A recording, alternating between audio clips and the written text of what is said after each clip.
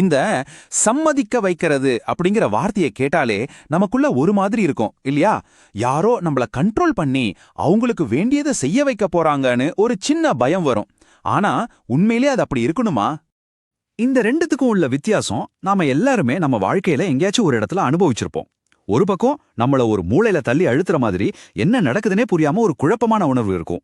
இன்னொரு பக்கம் நம்மள மதிச்சு நம்ம பேச்சை கேக்குறாங்கன்னு ஒரு தெளிவான சுதந்திரமான உணர்வு கிடைக்கும். அப்போ ஒரு கேள்வி வரும், எல்லா சம்மதிக்க வைத்தலும் ஒரு விதத்துல கையாளுதல் தானே, ஒரு சின்ன ட்ரிக் தானே. அதுதான் நாம இன்னைக்கு உடைக்க போற தப்பான ஒரு எண்ணம். இந்த ரெண்டுத்துக்கும் நடுவுல ஒரு பெரிய வித்தியாசம் இருக்கு. அத பத்தி தான் இந்த முழு விளக்கமும். சரி, இந்த வித்தியாசத்தை நாம ஏன் இவ்வளவு முக்கியமா புரிஞ்சுக்கணும்? நம்மளோட டெய்லி லைஃப்ல இது எங்க யூஸ் ஆகும்? வாங்க பார்க்கலாம். முதல்ல ஒன்னு புரிஞ்சுக்கோங்க, செல்வாக்கு இல்லாம நம்மளால இருக்கவே முடியாது. அது ஏதோ சேல்ஸ் பண்றவங்க மட்டும் பண்ற விஷயம் இல்ல. நீங்க உங்க பாஸ் கிட்ட பேசும்போதும் சரி, உங்க பார்ட்னர் கிட்டயோ இல்ல ஃப்ரெண்ட் கிட்டயோ பேசும்போதும் சரி, அங்க ஒரு செல்வாக்கு இருந்துகிட்டே தான் இருக்கு. நாம அதை எப்படி பயன்படுத்துறோங்கிறது தான் விஷயம். கையாளுதல்னா என்ன? சிம்பிளா சொல்லணும்னா, மத்தவங்களோட தெளிவையும் அவங்களோட சுதந்திரத்தையும் கெடுத்து மறைமுகமா அழுத்தம் கொடுத்து ஏமாத்தி அவங்களோட உணர்வுகளை சுரண்டி அது மூலமா நமக்கு வேண்டியதை சாதிச்சுக்கிறது. இங்க நோக்கம் மத்தவங்க தோத்தாலும் பரவாயில்ல, நாம ஜெயிக்கணும். அப்போ தூய செல்வாக்குன்னா என்ன? அது இதுக்கு அப்படியே ஆப்போசிட்.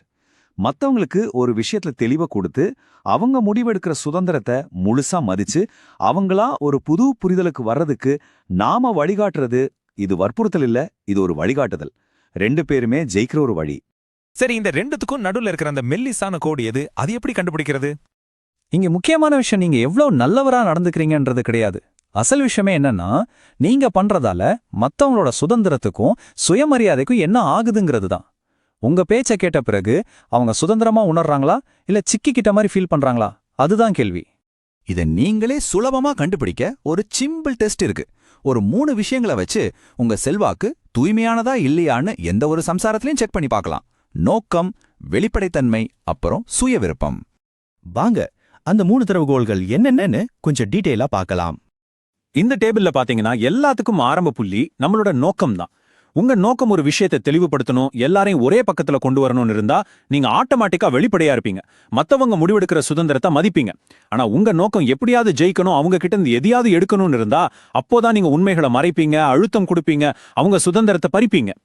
சரி, இதெல்லாம் கேட்க நல்லா இருக்கு. ஆனா நிஜ வாழ்க்கையில இது எப்படி வேலை செய்யும்? சில உதாரணங்களோட பார்க்கலாம். இப்போ ஒரு மேனேஜர் இருக்காருன்னு வச்சுக்கோங்க. அவரோட டீமை லேட்டா வேலை செய்ய சொல்லணும். ஒரு கையாளுகிற மேனேஜர் என்ன பண்ணுவார்?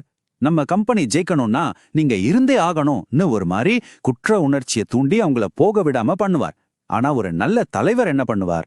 நண்பா, இந்த ப்ராஜெக்ட் நமக்கு ஏன் ரொம்ப முக்கியம்னு உங்களுக்கு தெரியும், உங்களால எவ்வளோ நேரம் எக்ஸ்ட்ராவா கொடுக்க முடியும்னு கேட்டு அவங்கள ஒரு பார்ட்னரா மதிப்பார். ஒரு சேல்ஸ் கான்வர்சேஷன்ல இதை பார்ப்போம். ஒரு கையாளுகிற சேல்ஸ் பர்சன், சார் இந்த ஆஃபர் இன்னைக்கு ஒரு நாள் தான் அப்படின்னு ஒரு பொய்யான அவசரத்தை உருவாக்குவார். அவங்க கிட்ட இருக்கிற இழப்பு பயத்தை தூண்டுவார். ஆனா ஒரு நல்ல சேல்ஸ் பர்சன் என்ன சொல்லுவார்? இந்த ப்ராடக்ட் உங்களுக்கு உண்மையிலே செட் ஆகுமான்னு யோசிச்சு சொல்லுங்க, இதோட பிளஸ் இது மைனஸ் இதுன்னு தெளிவா சொல்லி அவங்க முடிவெடுக்க உதவுவார். இதுதான் நம்பிக்கையை உருவாக்கும். நம்ம சாதாரண அன்றாட வாழ்க்கையில கூட இது நடக்கும். உங்க ஃப்ரெண்ட் கிட்ட ஒரு உதவி கேக்குறீங்க, அவங்க முடியாதுன்னு சொன்னதும் நீங்க கோச்சிக்கிட்டு பேசாம இருந்தா அது கையாளுதல். அது அவங்கள கடன்பட்ட மாதிரி உணர வைக்கும். ஆனா எனக்கு ஒரு ஹெல்ப் வேணும், உன்னால முடிஞ்சா பண்ணு, முடியலன்னா பரவாயில்ல, நோ ப்ராப்ளம்னு சொல்றதுதான் தூய செல்வாக்கு. இது உறவுகளை இன்னும் ஸ்ட்ராங் ஆக்கும் இல்லையா? சரி, இப்போ ஒரு முக்கியமான கேள்வி.